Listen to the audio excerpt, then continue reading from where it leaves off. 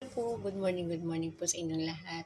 Happy Tuesday po everyone, mga kalangga, mga ka-OFW po.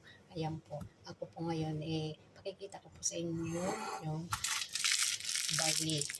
Sino po nakakaalam na po ng barley? Ayan po. Ito po ipuhugasan ko muna po at bababad ko po ng 5 minutes muna. Tapos ilalagay ko po dito. Ayan, may tubig na po siya. Naka-ready na po siya. At ilalagay ko nga doon sa Tapos, lalagyan ko po siya dito. Mentor melon po siya. Ayan. Matamis din po siya. Tapos po kahit lahati nga inilalagay ko, hindi pa rin po matamis yung ko.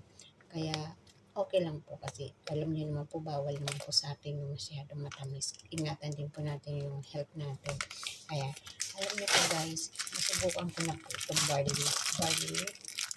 Pakailang inom na po ako. Kasi yung amo ko, nag-UTI po siya.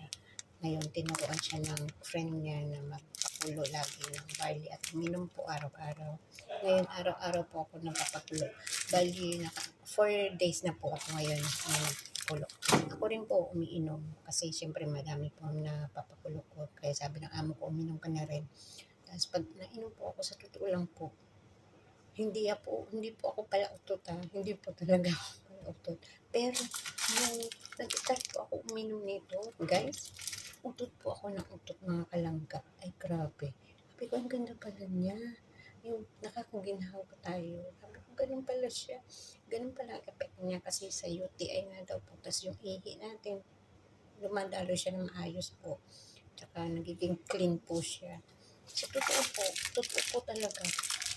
Yung hindi po ako pala utot, pero nung nag-start po ako uminom nito, naku, ilang beses ako. Sorry po, ilang beses po talaga ako umutot. Grabe po. Kaya po subukan niyo po, maglaga po nito. Magpakulo po kayo. Ayan po, barley siya. Ngayon kung iinumin niyo na po yung tubig, yung pinakulo niyo po, kainin niyo na rin po yung beans na yan po, masarap po, mas masarap kainin niyo po. Wag lang po yung tubig, kainin niyo rin po yan. Ako kinakain ko po talaga, sarap, pati yung mga amo ko. Sa akala nila hindi ko kinakain, sabi ko kinakain ko rin yan, ma'am.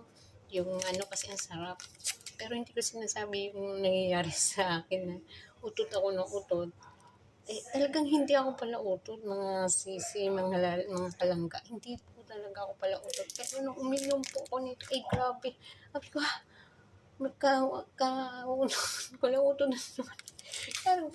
Pero wala naman po amoy yung lumalabas